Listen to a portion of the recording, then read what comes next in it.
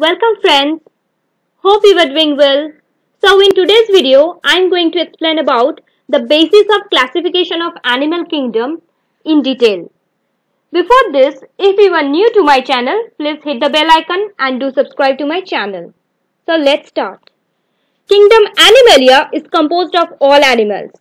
The animal kingdom is the largest kingdom among the 5 kingdoms. Animals are multicellular eukaryotes, but they don't have a cell wall or the chloroplast just like plants. Hence, the members of the animal kingdom have a heterotrophic mode of nutrition. Kingdom Animalia has been classified into 11 different subphyla based on their body design or differentiation. So, all animals are members of the Kingdom Animalia, also called the metazoa. The animal kingdom is the largest kingdom among the 5 different kingdoms consisted of 11 different phyla. Animals are the multicellular eukaryotes. This kingdom does not contain the prokaryotes or the protists. All members of the Animalia are heterotrophs, that is, they rely directly or indirectly on other organisms for their nourishment. Most of them ingest food and digest it in an internal cavity. So, scientists predict that only 15% of the species are known to man from the estimated 8.7 million species. That leaves almost 85% species yet to be discovered. Only about 953,434 species of the animals have been categorized in the animal kingdom. Despite the fact that a variety of species with the different structures and forms exist out there, organisms share some common features among themselves. These similarities are on the basis of the classification. Classification is the systematic arrangement of things around us for easy identification and easy study. The basis of classification can vary according to the purpose of the classification. A biological classification generally pins out the morphological and evolutionary similarities at its basis. So let's go on the basis of classification of the animal kingdom in detail. The classification of animal kingdom is based on the various fundamental features like the levels of organization, symmetry, diploblastic and triploblastic organization, Salome development, segmentation of the body, presence or absence of notochord. This is a chart showing the basis of classification. As I said in the earlier slide, the kingdom, the levels of organization, symmetry, body, cavity or Salome, then the phylum. We will discuss this in the details. And this chart shows us the broad classification of the Animalia based on the levels of structural organization of a multicellular animal. That is the cellular and the tissue level of organization based on this. Now coming to the organization of the body or the levels of structural organization of a multicellular organism. At first, the chemical level. It is the lowest level of organization. Atoms join together to form molecules or more specifically the myomolecules. The levels of organization says that the chemical level, then the cellular level, then the tissue level, then the organ level, then the system level. The organisms are made up of cells. These are called the basic unit of organisms. These may be of 2 types. One is unicellular. The organism made up of only one cell is called unicellular or acellular, example protozoans. Or the multicellular, the organism made up of many cells. They are called the metazoans. For example, all organisms except the protozoans. Though all members of the Animalia are multicellular, all of them do not exhibit the same pattern of organization of cells. For example, in sponges, the cells are arranged as loose cell aggregates, that is, they exhibit the cellular level of organization. Some division of labor activities occur among the cells. Then coming to the tissue level of organization. The cells that are similar in structure, origin and the function form a tissue.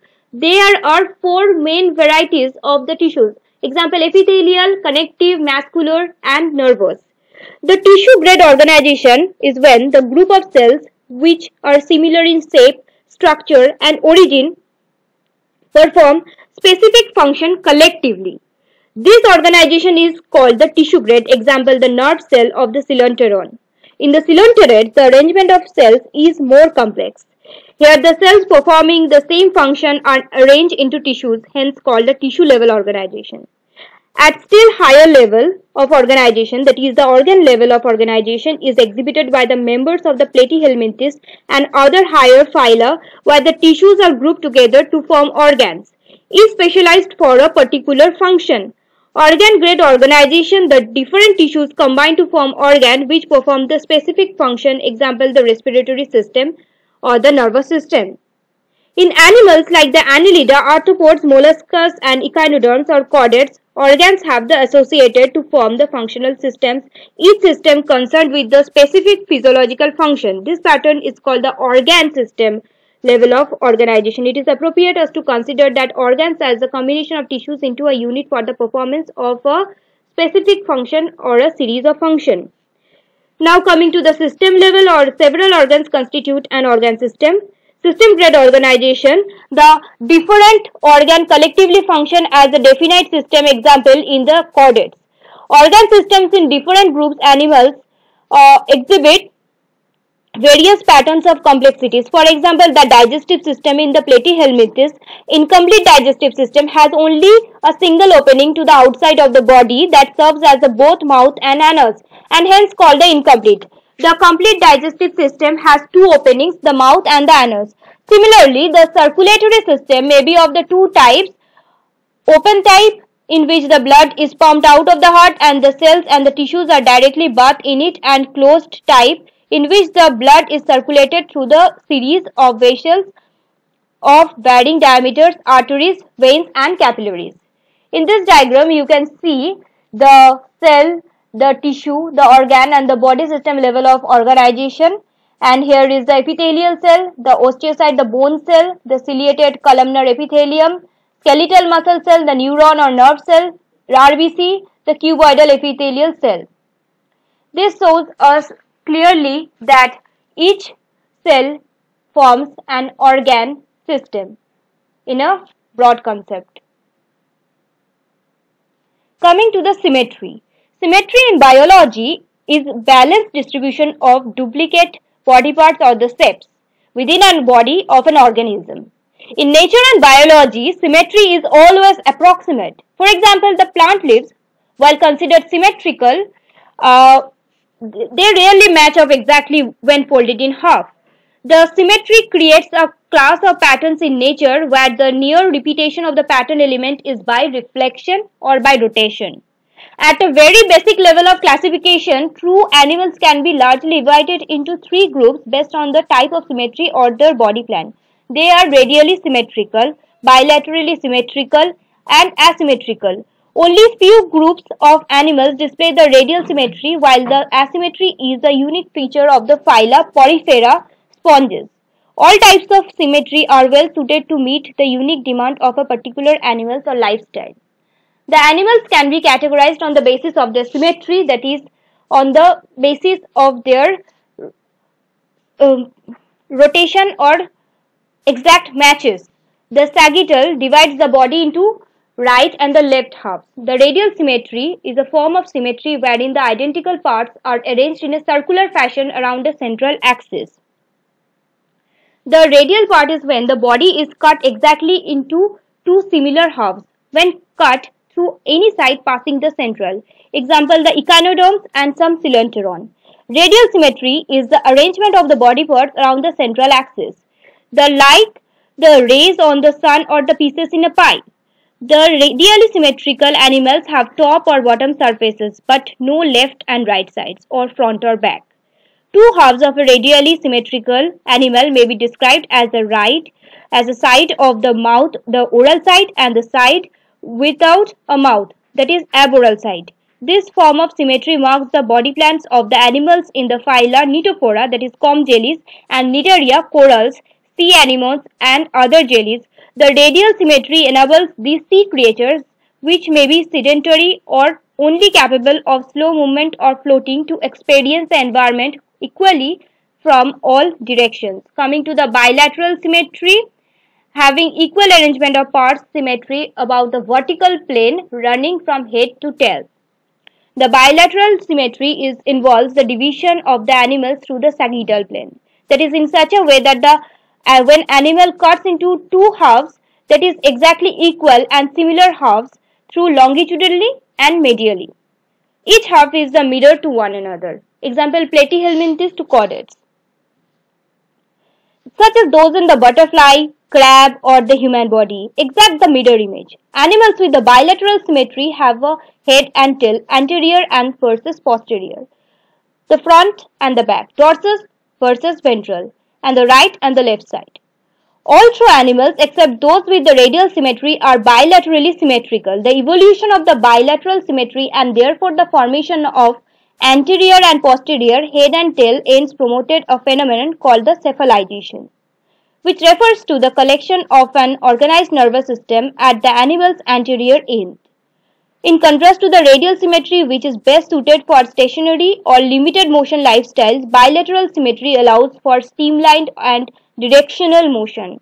In evolutionary terms, this simple form of symmetry promoted active mobility and increased sophistication of resource-seeking and predator-prey relationships.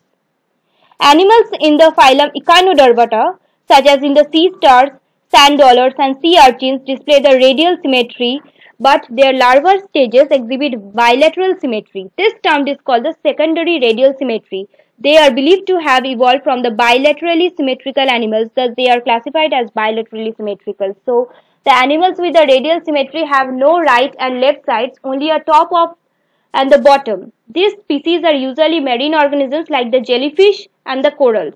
Most of the animals are bilaterally symmetrical with a lined symmetry and dividing their body into two sides along the head and the tail in the addition to top and bottom. Only the sponges of the phylum Porifera have asymmetrical body plans. Some animals start life with one type of body symmetry but develop a different type as adults, as I said. For example, sea stars are classified as bilaterally symmetrical even though their adult forms are radially symmetrical. In this picture, you can clearly see that a beetle has a bilateral symmetry, a coral polyp has a radial symmetry, and this is asymmetrical, a sponge has no symmetry. And the asymmetrical is only the body plan is in such that it cannot cut into two equal halves. Also present in the amoeba, you can see here. Only the members of the phylum Porifera sponges have no body plan symmetry. There are some fishes such as flounder that lack symmetry as adults. However, the larval fish are bilaterally symmetrical. Now, the diploblastic and triploblastic organization. It is the cellular layer which forms the body. On the basis of body layer, the animals are of two types. The diploblastic, this term used for those animals which are derived from two germ layers, example, outer ectoderm and inner endoderm, example, sponges, coelenterate. And the triploblastic, this term used for those animals which are derived from three germ layers, example, outer ectoderm and inner endoderm and middle mesoderm. Example, most of the animals is triploblastic, example, protozoans, poriferans and coelenterates. An undifferentiated layer such as mesoglia is present in the between the ectoderm and the endoderm. These two pictures clearly shows us that this is the endoderm, this is ectoderm and this is mesoglia. This is the middle portion. And this is a more simplified diagram, you can also view it. So, the diploblastic animals in which the cells are arranged in two embryonic layers, external ectoderm and internal ectoderm, are called the diploblastic animals. For example, coelenterates, an animal possessing two major tissue layers. So, they are called diploblastic. D or di means two. This contain the outer layer, the ectoderm, and the inner layer, endoderm. During the gastrulation, diploblastic organism forms a gastrula which consists of two key germ layers. These two germ layers are composed of endoderm and ectoderm but not the mesoderm. An undifferentiated layer called the mesoglia, as I said, is present in between the ectoderm and endoderm. The key difference between the diploblastic and triploblastic animals is that diploblastic animals produce two germ layers excluding the mesoderm and the triploblastic animals produce three germ layers. So, coming to the next slide, the coelom. Coelom is a key feature for the classification. Presence or absence of a cavity between the body wall and the gut wall is very important in classification. Coelom is the cavity between the body wall and the gut wall lined by a mesoderm called coelom. The body cavity which is lined by the mesoderm is called coelom. Depending on the presence or absence of coelom, animals have been classified into three categories. Okay, the coelomate, pseudocoelomate, and acoelomate. Coelom is present in a coelomate. Animals belonging to the phyla Annelida, Mollusca, Arthropoda, Echinodermata, Hemichordata, and Chordata are examples of coelomates. They are having the true coelom. It is the cavity between the body wall and the gut wall. It is formed by the splitting of a mesoderm. It is found in the annelids and other higher animals. Coelomate means the coelom is present in a coelomate, and animals possessing coelom are called coelomates. The animals belonging to these categories are under this category, and the pseudocoelomate are the coelomates in which the cavity is filled with a muscle. In pseudocoelomates, the mesoderm appears as pouches between the ectoderm and the endoderm. But the cavity is formed and not lined by a mesoderm. Here the mesoderm is not present. Example, AIIMS. And instead the mesoderm is present as scattered pouches between the ectoderm and endoderm. Such the body cavity is called the pseudocoelom, that is why they are called, and the animals possessing them are called pseudocoelomates, such as AIIMS. Coming to the acoelomate, the coelom is absent in them, and the animals in which the body cavity is absent are called the acoelomates or the platyhelminthes. The hemicoelom is another category in which the cavity is filled with a blood. These are the diagrams in which you can see clearly the ectoderm, endoderm, and acoelom. And here this is a small diagram. You can see that there is no body cavity, and this is the pseudocoelom in which the digestive tract is shown, and the true coelom where the coelom is actually present. This is a three-dimensional or cross-sectional view of a coelom. For your better understanding, you may also go for it. Coming to the segmentation, in some animals the body is externally and internally divided into segments with a serial repetition of at least some organs. For example, in earthworm, the body shows this pattern called the metameric segmentation, and the phenomenon is called the metamerism.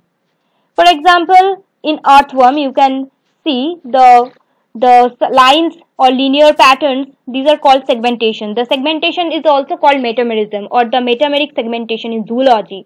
The condition of being constructed of linear series of repeating parts, each being a metamere or the body segment or a somite, and each being formed in a sequence in the embryo from the anterior to posterior. All members of three large animal phyla are metameric: Annelida, Arthropoda, and Chordata.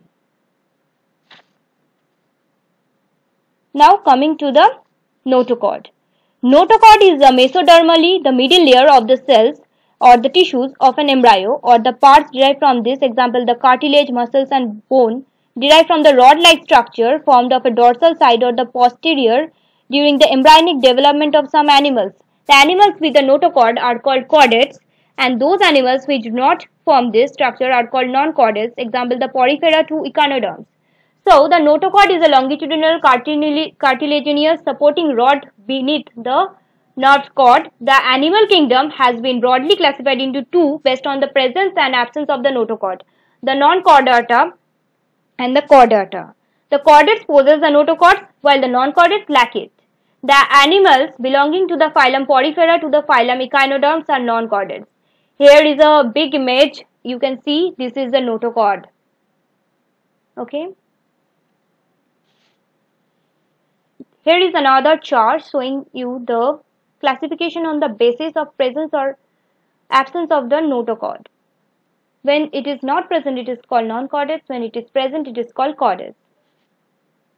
Further, the chordates are classified into protochordates or invertebrates and vertebrates. Let's see this. The characters of the non-chordata or invertebrates is the animals which lack a notochord are called the invertebrates. Example, the amoeba, sponges, hydra, worms, insects, etc. The invertebrates are categorized by the following salient features. These are: the vertebral column is absent, it is not present. The nerve cord is solid in nature, solid, and the nerve cord is present on the ventral side and never on the dorsal side. The alimentary canal is present. It lies dorsal to the nerve cord. The invertebrates may be acoelomate or pseudocoelomate or true coelomate.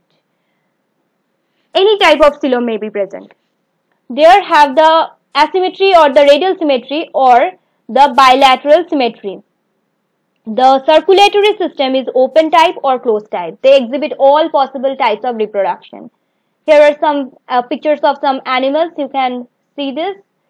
And coming to the chordata or the vertebrates, the animals which possess the notochords are called vertebrates. They are aquatic, aerial or terrestrial. Body is varies from small to large and bilaterally symmetrical or metamerically segmented. Post-anal tail usually projects beyond the anus at some stage and may or may not persist in the adult exoskeleton, often present, well developed in the most vertebrates. The body wall is triploblastic and 3 germinal layers are present: ectoderm, mesoderm and endoderm. And coelomate animals having a true coelom, endocoelonic and schizocoelonic in origin. A skeletal rod, the notochord present at some stages of life cycle. A cartilaginous or bony living or joint endoskeleton is present, and the majority of vertebrates. So they are called the vertebrates. See, okay. The pharyngeal gill slits present at some stage may or may not be functional, and digestive system is also present along with the digestive glands. Blood vascular system is closed here. The excretory system comprises proto and meso or metanephric kidneys. There are these types of kidneys present. The nerve cord may be dorsal and tubular, the anterior, and usually enlarged to form brain, which is the most important thing in the vertebrates. The sexes are separate and they are rare. There are exceptions. Here is a comparison of chordates and non-chordates. That is, the notochord is present. Here the notochord is absent. The dorsal, hollow, single or nerve cord and they are ventral, solid and double. The pharyngeal gill slits are present. These are absent. Heart is ventral, heart is dorsal. Post-anal tail is present and post-anal tail is absent. So in a brief, I am going to explain the classification of the animal kingdom and the phylum Porifera, the phylum Coelenterata or Nitaria, the phylum Nitophora and phylum Platyhelminthes, phylum Nematoda or Astyhelminthes, phylum Annelida, Arthropoda, Mollusca, Echinodermata, Hemichordata and Chordata. This 11 subgroup will be discussed in the next video. Hope you enjoyed and thank you for watching.